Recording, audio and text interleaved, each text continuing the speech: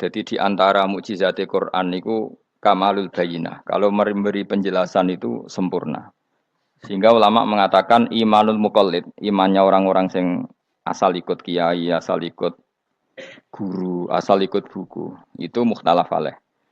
Bahkan saya sendiri cenderung mengatakan iman itu tidak diterima. Karena manusia dibekali akal, inginnya Allah itu dengan akal itu dia punya kepermanenan iman, apa? Punya kepermanenan apa? Iman, dan dengan itu dia imannya mujma'aleh, mesti diterima oleh Allah Subhanahu wa taala karena binnadzari shahih, dengan logika yang benar. Dan logika yang benar itu gampang sekali. Beberapa ulama tentu tahu sekali, bukan sekedar tahu sekali karena itu diajarkan Allah dan Rasul. Misalnya begini, kata Allah, saya kalau baca ayat-ayat ini itu sering nangis karena Allah yang Tuhan itu sebenarnya tidak butuh kita. Saya ulang lagi, Allah yang Tuhan itu tidak butuh kita, juga tidak butuh iman kita. Tapi Allah ingin hambanya itu berakal ya, karena agama itu liqaumi yaqilun, sehingga berpikirnya benar. Misalnya gini kata Allah, enggak apa-apa kamu menuhankan selain saya itu enggak apa-apa kata Allah. Enggak apa-apa Yesus kamu katakan Tuhan enggak apa-apa, kamu katakan batu Tuhan enggak apa-apa. Tapi tolong prosedur ya, prosedur atau persyaratan menjadi Tuhan itu kamu lengkapi, yaitu punya prestasi menciptakan langit dan bumi. Kalau tidak semua surun semen kata Allah, sementing urun gitu. Jadi sebetulnya itu kan rasional. Misalnya nggak apa-apa kamu merasa jadi presiden atau gubernur atau jadi wali atau jadi apa. Yang penting prosedurnya dipenuhi. Itu kayak apa Allah baiknya pada kita. Sehingga saya berkali-kali, makanya menurut saya orang alim itu wajib memaklumatkan kalau dirinya alim. Supaya jelas aturan mainnya. Yang dilarang Allah itu kan memaklumatkan alim kemudian ingin hadun nafsi, ingin salami template, dicucuk, dihormati, itu kriminal. Itu orang alim gendeng, sudah gendeng sekali. Karena khasnya orang alim itu tentu cari ridhonya Allah, bukan ridhol khalqi, bukan ridhonya apa? Makhluk. Makhluk itu la syai', ada siapa-siapa. Dan kita harus baku seperti itu. Kenapa kalau orang alim enggak memaklumatkan kealimannya itu dikatakan salah? Karena fungsi orang alim adalah membawa bayinat, membawa ayat-ayat Allah, bukan kepentingan apa? Pribadi.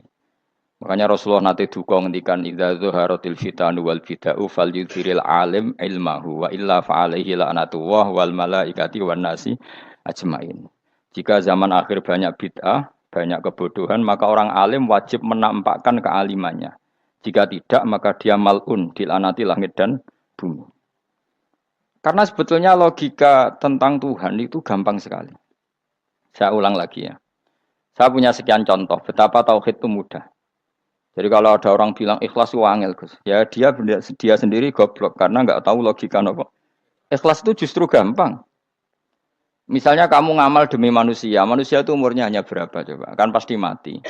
Lalu kalau dia mati tidak berkutik. Bagaimana Anda bersandar sama seseorang yang mati dan tidak berkutik? Sama-sama bersandar sama zat sing al-hayyul qayyum, sama zat yang abadi.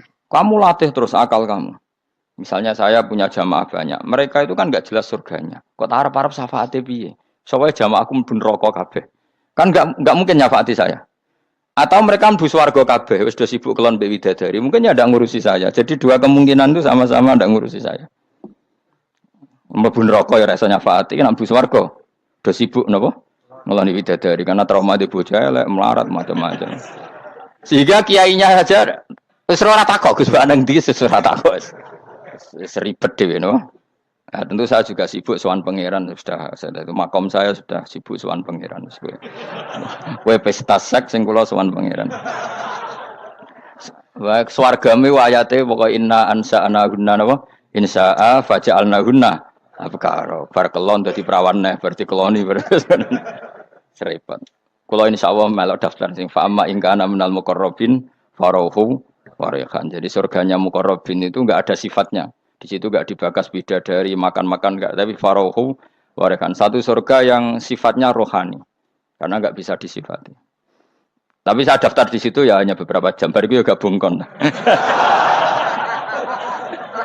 Sawangane kok karo rasane wong ayu juga keberatan. Ya tapi saya tentu punya dua kelas, supaya punya kartu premium dan ekonomi. Saya ndak tertarik lah daftar yang premium dok nanti repot apa.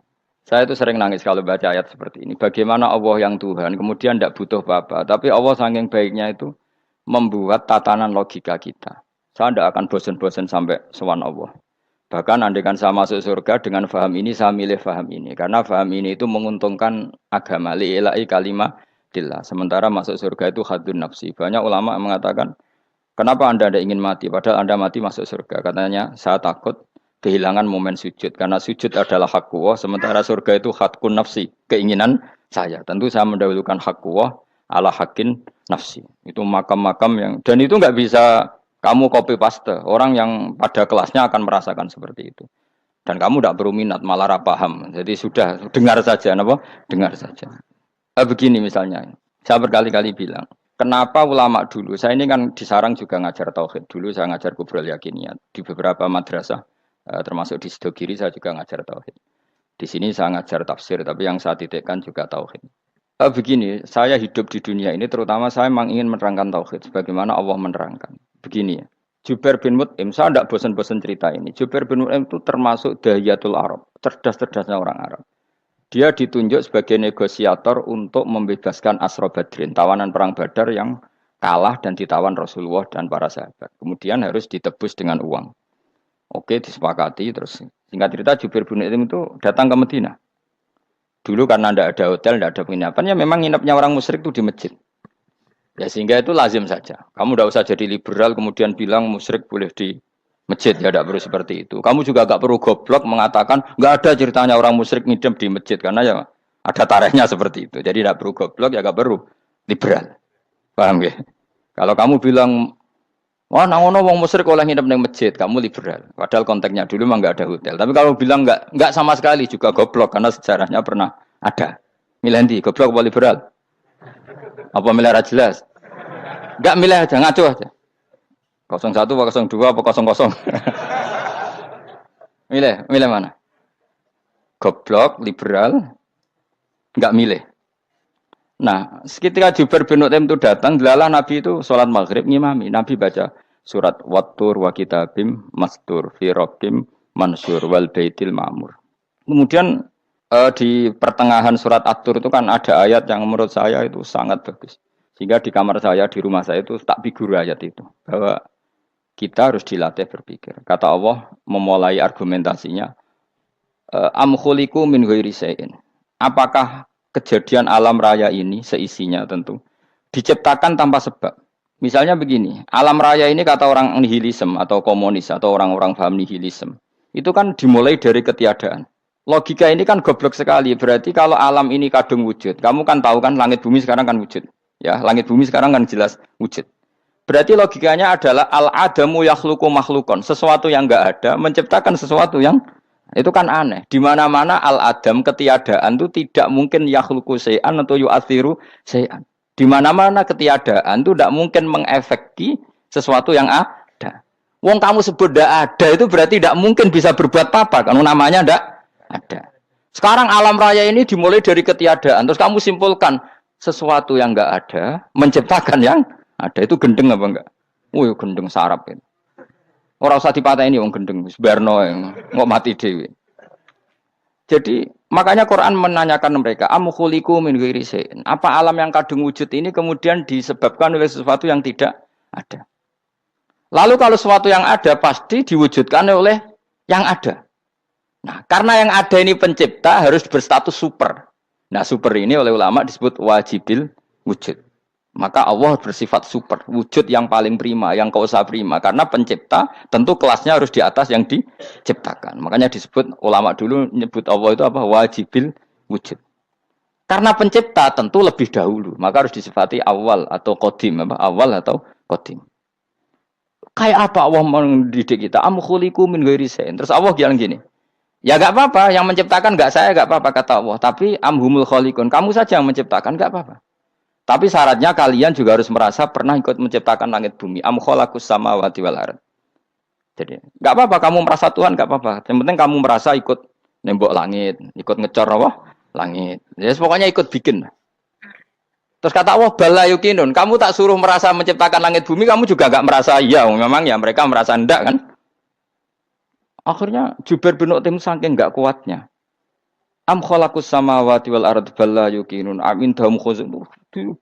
Sama Allah dibombardir seperti itu. Dia datangi Rasulullah, ya Muhammad, logika itu tidak meninggalkan akal saya. Matarok tali akli nasean. Akal saya habis Muhammad. Saya iman saja. Saya tidak cukup punya logika untuk melawan argumentasi ayat yang kamu baca. Saya iman saja. Terus iman. Makanya kalau ada logika nihilisme bahwa sebelum alam ini adalah ketiadaan. Lalu pertanyaannya bagaimana mungkin ketiadaan menciptakan yang ada. Di mana-mana ketiadaan itu la yu'atsiru syai'an wa la yakhluqu syai'an. Jenenge wae tiada. Tiada itu ya enggak ada fungsinya. Ya nggak ada efeknya, nggak ada prestasinya, ya pokoknya namanya nggak ada ya nggak ada. Nah ini penting saya utarakan. Terus di sini Allah mengulang lagi, nggak apa-apa yang lainnya kamu katakan Tuhan jadi mitra saya nggak apa-apa. Tapi tolong kata Allah aruni madza khalaqu minal ardi, tunjukkan ke kami prestasi dia ikut bikin bumi. Kita tahu misalnya Yesus Isa lahir di bumi. Bumi sama Yesus dulu mana? Dulu bumi, dia lahirnya di bumi. Lalu dia melata di bumi jalan-jalan. Kemudian dia mengatakan ini bumi Tuhannya saya. Dari bumi kok enak, dhisik aku cek. Tua aku cek, bodoh-bodoh pangeran aku dong. Lebih apa? Tua. Jadi Allah itu gampang sekali. Nah sekarang orang iman itu kuat semua. Makanya ndak wali-wali. Imane mbek Allah taklid, njaluke aneh-aneh, njuk bojo ayu, sugih, jabatan. Bela Allah secara hujah aja enggak pernah, sudah minta. Makanya kita ini hidup di zaman yang saraf massal. Lho kula nu njaluk pangeran akeh-akeh kuwi, coba kamu bela Tuhan tuh pernah bela apa? Bela Tuhan tuh gampang dengan argumentasi al-hujjah yang supaya agama ini tamkin fil ard, benar-benar mapan dalam logika. Yaitu tadi di mana-mana yang namanya sebab itu amrun wujudiyun, di mana-mana sebab itu sesuatunya harus wujud. Paling tidak kita sudah menolak nihilisme, nihilisme. Lah wujud karena wujud awal harus berstatus prima. Lah prima itu dalam bahasa ulama disebut wajibil wujud. Makanya ulama dulu ngelatih kita itu pertama Allah itu siapa? Zat sing wajibil wujud. Itu satu filosofi yang luar biasa. Nah, kemudian setelah itu ada setan-setan kecil yang nganggur, yang iseng. Nah itu nggak usah kamu perhatikan. Tinggal delok TV, ngopi, terus tinggal nyate kelata. Enggak saya tamak pingsan dewe. Syukur-syukur stres dia. Dugaan saya setan saya itu pingsan kurang gizi. Karena memang setelah itu setan goda gini. Lalu sebelum Allah jangan-jangan ada wujud yang lain. Lalu Allah sendiri awal mulanya gimana? Kata Nabi, jika ada pertanyaan seperti itu kamu harus berhenti. Tinggal delok TV atau tinggal penting delok dangdutan. Ya kalau kepeksa ora apa-apa, kelasem ae. Saya tidak menghalalkan tapi kan sudah kamu lakukan. Karena itu lebih baik ketimbang pertanyaan filsafat. Banyak orang yang dulu sholat ketika sekolah filsafat tidak sholat. Alasannya sampai menemukan jati diri itu Tuhan. Dan itu bahaya sekali karena Nabi berkali-kali bilang kamu jangan mikir tentang Allah pasti rusak. Orang kok mungkin rusak dari Nabi pasti rusak. Nah cara menghentikan gimana? Karena setan ini makhluk. Akal-akalannya gampang. Tadi tak warai. Saya sebagai ulama atau sebagai manusia atau sebagai orang awam atau sebagai siapa saja. Kadang ada pertanyaan seperti itu. Tak tinggal anggeling darmo, kan pusing setan. Ini kan ngenteni. Weh, ngenteni bar lo anggeling darmo. Bariku aku lesu mangan mie. Bar mangan mie waret turu. Kan dia ngenteni terus mau bikin was-was lagi. Ternyata saya sibuk kan enggak bisa masuk deh. Bangun tidur aku selali pertanyaan tadi. Dinteni. Nah, dia masuk lagi aku sibuk ngajak anak jalan-jalan. Jadi saya kalau jalan-jalan di pasar itu wis enteni tan santai wae. Itu memang resep dari Rasulullah. Jangan sampai orang terjebak filsafat yang sampai menanyakan eksistensi Tuhan. Dan dia tidak mau iman, tidak mau sholat, tidak mau puasa sampai menemukan Tuhan itu siapa. Itu jelas minas syaitonir rajim, itu perilaku setan. Makanya Rasulullah setiap ditanya sahabat gitu itu Nabi guyu-guyu. Dan guyunya Nabi itu kata Nabi, baguslah kalau kamu takut Tuhan kalah kata Nabi. Nabi gojok gitu. Maka ada ulama yang punya seni berargumentasi yaitu Imam Ghazali. Jika setan tanya kamu lalu sebelum Allah jangan-jangan ada wujud yang sebelum Allah. Kata Imam Ghazali, ya itu saja yang Tuhan. Yang Allah ini enggak jadi Tuhan. Ya berarti wujud sebelum Allah itu yang benar-benar Allah. Kalau kamu bayangkan lagi, jangan-jangan sebelum itu ada wujud lagi. Ya itu saja yang benar-benar Allah. Sehingga tetap Allah itu menang terus. Paham ya? Yang jelas jangan sampai didahului Adam. Karena kalau didahului Adam lebih ngeri lagi. Karena sesuatu yang enggak ada menciptakan yang ada. Itu lebih buruk lagi menurut akal. Menurut apa akal?